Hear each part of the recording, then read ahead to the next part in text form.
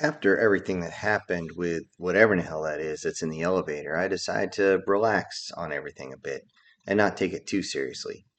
I realized that whatever it was wasn't actually trying to hurt me. It was about a week after that of me coming back from my morning cardio and leaving my sweat drenched shirt in the elevator and picking it up clean on the way to work before I saw it move again.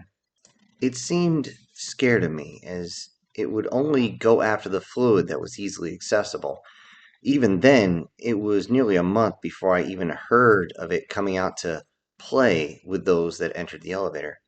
Guess life has its little bonuses because I didn't have to deal with seeing naked people in the elevator on my way to and from work after that. About half really should keep their clothes on, or at least go to the gym. Please. Eventually, I was going out for a date and didn't even hit the button upon hearing the noises coming from the elevator. Needless to say, I took the stairs. When it finally showed itself to me, it was a bit hesitant to touch me, though if you tried to touch someone and got poisoned, you wouldn't want to touch them again either. It didn't show itself as a humanoid this time, but as several of the tendrils coming out of the wall. When I raised my hand, it pulled back. This made me wonder how a creature made out to be a fluid that was so shy. Slowly, I raised my hand, and eventually it wrapped around it. Once it began to absorb, it must have recognized me. Many more of its tendrils came out, and the humanoid form began to show, though this time it only came off the wall about an inch and a half, 3 centimeters or so, and looked me in the eyes. It wasn't until now that I realized it was mimicking my height. I slowly raised my hand, covered in the fluid, to my ear. Once I made contact, I brought my hand down to my neck and across. Once this was done, I simply said, "Hello." It seemed to be shocked for a moment as the fluid stopped, seemingly to process what it just heard. It then began to vibrate in my ear with the sounds ha, he, ha, ho, el, eel, ah, oh, oh, I smiled, realizing that I was trying to learn. Once again, I said, "Hello," and once again it tried to get it right. The sounds were far better than before, but it just jumbled hell, heel, el, elo. I continued to help out by staying close and repeating the word until it finally got it. Then it truly did something unexpected. With a shimmer of the body, it vocalized. It was low and deliberate, as the entire humanoid portion rippled as the sound radiating out of it. Or, to be more specific, it shook the air molecules to the point where it created sound waves. Weirdly enough, it was slightly high pitched like a child. With this, I gave the humanoid portion a peck on the forehead and began to back away. Reaching out for the floor buttons, I realized that maybe this thing was far smarter than it lets on. Every few days, I would go and try to teach it some more speech. I say try because it was like working with a small child. Some of the words were just difficult for it, though it didn't take long for me to realize that certain pronunciations were difficult for it along with a number of syllables. This would take months, but since my dating life wasn't panning out, I figured I would use my spare time to help this thing out. Eventually, a few people in the building saw me teaching it and decided they wanted to teach it some things as well. One of the guys began to teach it sign language, while the rest of us focused on its linguistic skills. I only knew my basic sign language, so I was more than happy with his help. They may be helping, but that didn't stop them from playing with it on a fairly regular basis. I walked in one time to find a man and a woman on each other's side, playing with or having it play with them. Either way, I just noped the hell out of there. Even though it had created a humanoid form on the far wall, I asked, "You, us, join?" Not as a question, but as a statement. I just backed away and let the doors close. I guess I have to take the stairs again today. This was the way it went for about 5 months. It began to learn faster and faster as time went on to the point where you could have a half decent conversation with it, though it didn't really seem to care much about anything outside its portion of the world. Things always change on us, though. I came back one day to find a plethora of police vehicles outside. Oh shit, I thought as I went inside. This time, I couldn't sneak by the officers to go up to the stairs. The detective that I'd met earlier just about sprinted up to me and pushed me into the hallway. In a type of screaming whisper, he said, "Tell me you still have the cameras in the elevator somewhere." When I shook my head no, he just dragged me to the elevator, which was being held open by a couple of wooden doorstops. Before I got there, I could see twisted legs and figured out what I was going to see. The detective, with the help of another couple officers, brought me over to the elevator. Inside was the same guy that had thrown coffee on the goop before. His body was damn near unrecognizable from all the twisting and the crunching and the yikes. The arms and legs had been twisted like somebody would do to a wet towel. One of the arms had been torn clean off, and the torso had been mangled to the point that it had been imploded after being impaled. The head had been squeezed to the point that the eyes had actually popped out of the head and the ear holes were ripped open, showing the inside of them, and the mouth had been ripped almost completely off. I had to turn away from the sight of him. I'm not my brother who was in the army. I don't do well around this sort of thing. Nearly failing to keep my lunch down, I couldn't answer the detective's questions. Seeing I was about to repaint the floor, they ushered me outside and let me lose a few pounds on the lawn before answering. He asked if that thing could have done this. I said, "I'm sure it did." He snapped back with, "Why?" I had to chuckle before answering. He heard it. A while ago he heard it, and I'm pretty sure it holds a grudge. The detective tried to grill me some more until I noticed Jay, from a few months ago, walking up. She slowed down as she approached the building and looked at me. I looked back and could tell by how she was dressed that this was a social call. I called her over, introduced her to the detective, and we talked about our elevator friend. He was in shock and would have dismissed us outright if we had not had our previous encounter. He kept asking us about why it would do something so violent. Had it ever conveyed violence against others directly? Was it random? Do you have to hurt it a certain way? Finally, Jay got angry and said, "Why don't we just ask it?" The detective froze in the implication that he could communicate with something like that.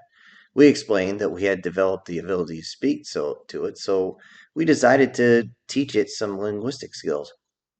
By this time, they had taken the body out and the CSI was finishing up.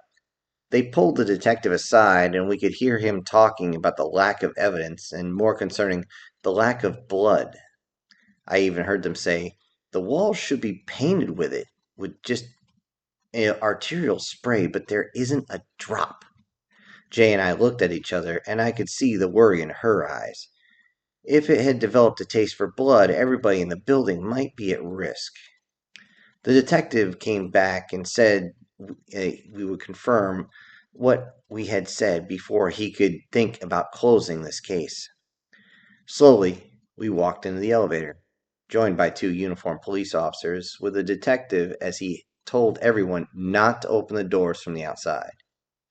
He kicked the wooden stoppers away, and the door just shut normally. With two new people on board, Jay and I must have looked nearly petrified. We stood there for a few moments before the detective motioned for us to do something. Jay didn't want to move at all after seeing what it did to the guy, so I had to move. I did find this a little funny since she was wearing a summer-like dress in mid-autumn. I knew exactly what she had come to this place for, and it just baffled me. I reached out to the back wall as the uniformed police officer kept a very close eye on me. I hesitated as one of them moved their hand close to a sidearm. "I would appreciate if you wouldn't reach for that right now," I said with more than a little fear in my voice. Thankfully, the detective told him to relax, and they seemed to just do that. I placed my hand on the wall and then my forehead. I whispered, "It's okay. It's me. You can come out." The uniforms probably thought I was insane as nothing happened. That's when Jay stepped forward, saying, "It just ate. You need to entice it a little." And with that, she sloppily licked her hand and put it to the wall. I could see in my periphery that the uniforms looked at each other with almost pity in their faces, but the detective had his eyes glued to the sight. Good thing, too, since a few seconds later I could feel the fluid begin to wrap around my hand along with the side of my head. It only does this first when it wants to talk. I looked at it. It was already cocooning Jay's arm faster than mine. I heard a few strange noises coming from the officers, and when I turned to look, the detective had already started yelling at them to put their pistols away. I confirmed this by telling them that if they fire, that they won't be walking out of here. They hesitantly put their weapons away as the fluid continued to move across us. That is when the sludge finally spoke, asking, "Who are them?" I responded with, "They want to talk to you." The detective was nearly catatonic at what I had just said. Even though he couldn't hear the fluid, he realized I was actually talking to it. "What are you talking about?" it asked. I responded, "About the man you hurt today," I stated. Realizing they were not going to get closer to it, I continued, "Could you speak to them?" It hesitated and then began to form a humanoid man out of the wall. This one was a duplicate of the one they had just killed. "What want to know?" it asked, with that low volume and a high-pitched voice. With this, the uniforms were completely on edge and once again started reaching for their belts. The detective cleared his throat a little and asked, "Why did you kill him?" Without any hesitation, it answered, "He hurt me." Taken back a little by the answer, he asked, "How did he hurt you?" It answered again with, "He made me drink pain." "How?" the detective asked. "When pain on body, I must, I must drink. Pain in me, pain not stop for time." The detective thought for a moment and asked, "So he hurt you today?" "Today he just say he pain me. No more pain. No more pain," it yelled, as I could feel it begin to clamp down on me and Jay. I winced as my arm was squeezed extremely tight. I yelled, "You are giving me pain," and it immediately let go. In fact, it retracted completely off my body. It vibrated, saying, I sorry, I so sorry," it cried out. I shook my arm and made sure nothing was broken before responded, "The pain is gone." It stopped its retraction of the humanoid form as well. I put my hand against the form and said, "It's okay. Calm, please," trying to use the calmest voice I could use possible. Turning to the detective, I told him how that caffeine hurts it, and once the fluid hits, it needs to absorb whatever fluid is on top. I explained how he had thrown a large coffee on it, and it retracted for weeks. "I don't know if it's like poison or acid, but we keep caffeinated beverages out of here," I told him. It was about this time that the ooze started to play with Jay, who had a difficult time keeping herself in check. It didn't take long before the detective realized what was going on and realized that it was time to go. "I have everything I need here." He looked over at Jay. "And then some. You won't be bothered about this anymore." He reached over and pushed the button for the bottom floor. With the tone of the floor, the sign retracted back into the wall at a faster speed than I've ever seen it move before. The detective almost had to push the two uniformed officers out of the elevator due to their complete shock at what they had seen.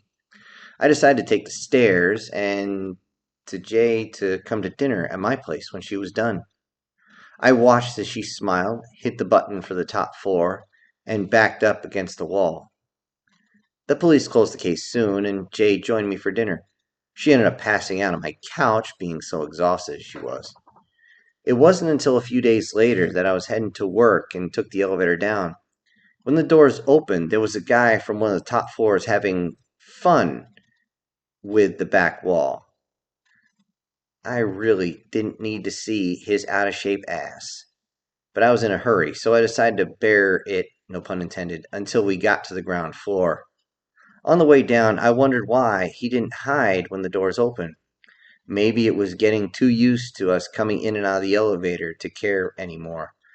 As I stood there, I had to listen to his heavy breathing, and I was glad I couldn't see the look of disgust on my face or the constant rolled eyes. About halfway down, the fluid came out of the wall and brought itself up to my neck. It came up behind me, and I watched it approach in the reflection of the doors. I figured I would give it a quick snack before I leave. Just then, I could feel a kick on my lower back. Now, being braced made me buckle even more than the impact. I fell against the doors in a heap. Rolling over, the guy was standing, looking over me in sheer anger in his eyes. He simply said, "Don't you ever touch her. She's mine." I tried to get up, but the doors opened and another kick sent me out onto the ground. This one wasn't nearly as solid, but I was still off balance from the first one. I looked back as the elevator doors closed. He stood there all proud with his little dick dangling in the air. Ooze was still trying to finish the fun, not understanding what in the hell just happened.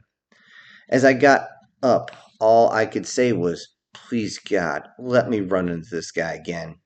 Since I was going to be late if I stayed, I went straight to work. When I got back that night, the creature welcomed me back by reaching for my neck. Though I'm sure it was just getting its remnants of the day off of me, it was nice to get a little neck massage when I came in. Most days, it was nice to get the creature to feel up my back and clean me off after a morning cardio session. It was strange how much I began to look forward to it, especially after a hard day. If I ever had a date that ended up going really well, I made sure we ended up at her place, just in case the sludge got a little handsy on the way up or down the elevator. About a week later, I had come back a little early from work. Now being winter, it wasn't all too sweaty, but the creature decided it wanted to talk a little bit. I leaned back against the far wall, and it wrapped itself around my head enough so that I could talk without having to make any actual noise. I started off with, "Good evening, my friend." It responded with, "Hello. I was wondering if I could ask something close." "Sure, go ahead," I responded. Next to me, the humanoid form was created. It was my height and was formed similar to me, but a bit more built. It asked me, "Do you not like?" I answered with, "It's made very well." "Then why do you no ever play with me?" It asked as a piece of fluid made its way around my torso and headed south. A bit shocked, I quickly pulled my body off the wall. The fluid stayed around my head and talked as though I had hurt its feelings. "You see, you do no like me. That why you never ever play with me," it said into my ears. I could feel it tighten and then get softer, to the point that I had to hold the fluid into my ear so I didn't lose connection. I raised my voice a little in response. "I do like you, but I like the female form more than this." It seemed to reconstruct itself a little as I continued. "I don't want to hurt you. You're good to me, and I want to keep you around." It became more solidified around me, enough that I didn't have to hold it. As that happened, the humanoid form changed into Jay's form. The only difference is that now she was almost as tall as me. It asked, "You like these?" I examined the detail of the form before answering. "Can I make some adjustments?" I asked it. The humanoid form actually nodded, and I took the next 15 minutes adjusting the form little by little, not going into details, but I will just say that there was one large change. I asked the creature to make the humanoid form a little more solid. It took a few tries, but eventually it had almost exact consistency of human skin. When it was done, her form was damn near angelic, minus the wings, of course. I thought, maybe wings? But then again, that might have to wait until later. It asked me again, do you like these? I responded with, I like this. With that, the humanoid form raised its arms to embrace me. I reached out as well and kissed the slime in the face for the first time. There really wasn't a taste to be had, nor did it move much. Makes sense since it didn't need to move its lips to talk in the first place. I reached my arms around and found that it kept its semi rigid form to stimulate a human. She reached around me and I could feel the fluid begin to make its way under my shirt, popping the buttons. As the tails began to get pulled out of my pants, the tone of the elevator went off. The doors opened and there was the same asshole that had kicked me in the back. He came running in as soon as he saw me with it. While he charged me, he swung at me, screaming, "That is mine!" and "belongs to me!" came out of his mouth. I was able to dodge the first strike, but the creature did not let go, and I received a second. The creature also got as it felt the reverberation from the impact. It was then able to correctly defend myself. Too bad for this chump, I'd been taking jujitsu and Krav Maga for several years now. That added with my clear superiority physically, tipping the scales in my favor in a most dramatic fashion. I ended up kicking him right out of the elevator doors and watched him scramble to his feet and took off as the doors closed. I turned towards the wall where the creature was still partially formed in the wall and said, "Sorry about that." This time it vocalized, "Why did he do that?" I chuckled a little in responses. "He thinks you belong to him and him alone." The humanoid actually canted his head and looked puzzled. So I continued, "He thinks no one should touch you except him." Now, I don't know if you've heard of a goop type monster lap before, but it's just weird. It calmed down fairly quick and began to reform the humanoid form. "Back to fun?" it asked. I figured, fuck it, and took my shirt off, trying to save the remaining buttons that were there. Just as I stepped forward, I heard the tone again from the doors. I spun around, and as the doors opened, I got a quick glance of the barrel before the sound of the pistol nearly shattered my eardrums. The bullet pierced my chest towards the shoulder, forcing me back into the far wall, and the loss of balance made me drop to the ground as the blood sprayed from my back and then from the hole in the front as well. The humanoid started to go back into the wall from the concussive blast. I laid there on the floor, trying to figure out what the hell just happened. The guy stepped in and started yelling, "I told you not to touch her! She is mine! Now you'll die like the pitiful dog you are truly! I am the best thing to happen to her. She's the best thing for me. She is mine! I'm the only one that she can trust. You are just a worthless piece of shit. You don't even belong in the same room as me." He went on for so long, I started to think he should just kill me so I don't have to listen to him. I tried to get up, but so much blood had been shot out of me, no pun intended, that I was already having trouble focusing. Everything was in a haze as I looked around, seeing all the blood that was draining onto the floor. I felt so nauseous I didn't want to move, and my skin had already begun to go pale. What made it worse is that I thought the creature had climbed inside of me and was squeezing my lungs. It was getting hard to breathe, and I was getting cold. That is when I could feel the fluid coming up my back and over my shoulder. The slime had climbed up and was reaching over my shoulder to examine the hole in my chest. I could hear that dirtbag laughing as he said, "That's right, baby, eat him up. Suck down everything, and we can be together even more." He bent over a little and said, "It's almost too bad you never realized what's going on. The more fluid she eats from us, the smarter she gets. When she killed that other guy, she got so much smarter, and so much more fun. Now you'll only be able to make her an even better sex slave than ever. The grin alone was enough to gain all the creepy points. That is the point in which the fluid creature covered my bullet hole. Suddenly, I could breathe much better. He stood up and said confidently, "See? She's getting better already. Now," as he raised his pistol, "it's time for you to keep your hands off my girl." He pointed at my face, and I wanted to move, but nothing was working right. I think I was in shock. He cocked the hammer back, and I thought, well, this is it for me. Then I saw a fluid hand reach out and totally encompass the hand and the pistol. He tried to fight free, but the sludge had him. I looked up in shock and grinned at what I saw. The guy saw this and kicked me and then turned his hand back towards my face.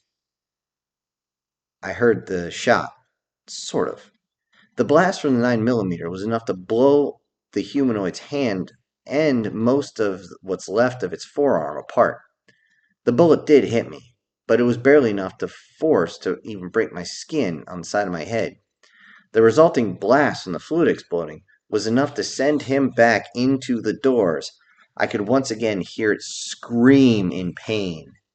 The fluid had climbed up the side of my head without me even noticing, and I could hear it curse in pain as the humanoid pulled back in and broke form.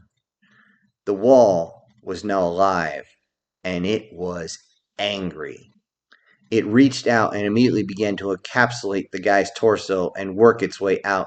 The guy was frantically trying to apologize about what he'd just done, screaming his apologies and his love as more tendrils shot out an increased amount of fluid now crushing him against the doors. He tried frantically to reach the buttons, but was too far out to reach and do anything. It must have figured this out because it raised him to the ceiling and covered everything but his nose. The bubble around the mouth would grow and vibrate with every scream, even though I could barely hear it. Now, I couldn't see through the fluid itself, but I could make out the basic form as it began to twist and break each bone, starting with the fingers and working its way in. With a sudden twist, I saw each of the fingers and toes be spun at least 360 degrees. The forearms and calves were spun around in a similar but much more violent fashion. Then they were folded in on themselves. This allowed the shards of bone to rip through the flesh and allowed the blood to flow out. When it was done, theirs moved up to the femurs, where it broke them so violently that the bone actually poked through the fluid itself.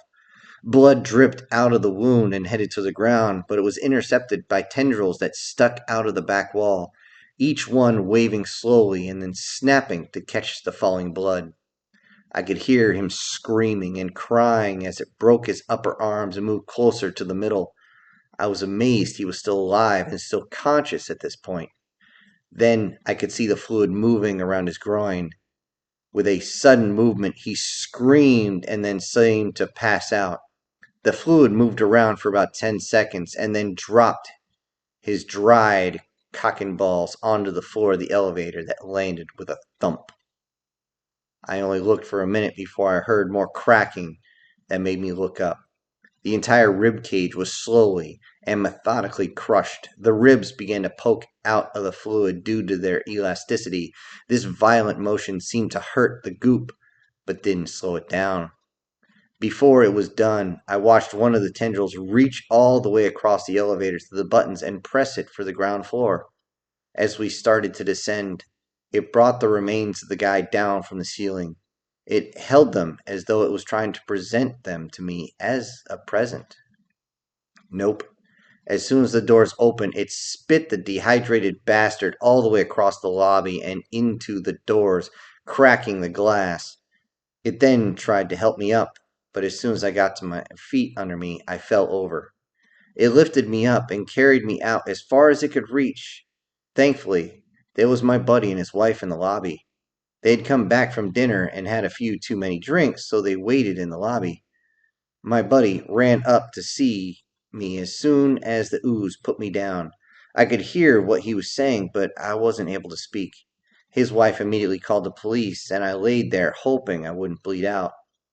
It was getting hard to breathe again. I looked back to the elevator. Inside was the female form that I had helped sculpt, but this time she was blood red. She began to sign out a message before the door shut. Be safe. I'll be waiting for you. And that's when the door shut. I didn't know whether to be grateful or scared shitless. Not that that matters now. Now I have to get ready to answer another round of fucked up questions from the detective. I woke up in the hospital 2 days later. Doc said I was lucky. There was severe loss of blood and the punctured lung. They said something about shock, but I really didn't care. I could see the detective outside waiting to speak to me. When the doc was done, he walked in and sat down next to me. Boy, that is a lot of wires. Do you get HBO with that? I tried to grin in response. Yeah, but it wouldn't spring for the premium bundle. I know, old jokes, but it did seem to lighten the mood. So, he said before asking, what happens this time? I know it had been more than some spilling coffee this time. I took a deep breath before explaining it. When I got to the point where he tried to shoot me, I asked about the bullet. Sure enough, they found it. The ballistics guys couldn't figure out how a perfect bullet had been shot. That was until one let the doors close in the elevator and went up a few flights. The detective asked, so who or what is the red woman? I laughed, but stopped due to the pain it caused. I looked him in the eye and said, you've met her before. Just, she wasn't in that shade yet. And that is when his eyes got really wise. He asked, is it human now? Hardly, I responded. I just gave her some advice on how to present herself for best effect. He grinned a bit, and he said, it gave an effect all right. My CSI shit his pants at the sight of her. He said it was like she appeared out of thin air and just started reaching for him. Then she retracted into the wall before the doors opened. I just nodded. We talked for a little while longer before he got up and left. On the way out, he said, by the way, there will be some people coming to talk to you. I suggest you tell them that this was self-defense and that you don't know anything else. He turned back and looked me in the eye. They are not the type you want to get mixed up with. When he left, I was just left there thinking about the creature. Did it really save me? Had I been calling it she to the detective? Will it hurt someone if I don't return? Will it hurt me if I do? I've got a few days before I head back, but right now I have to deal with the people that really I don't want to. Lawyers. Jay came to pick me up with her friend B. They were smiling as they wheeled me to the front door. I know by the way they were acting that they have a surprise for me. Oh, crap. I don't need any more surprises.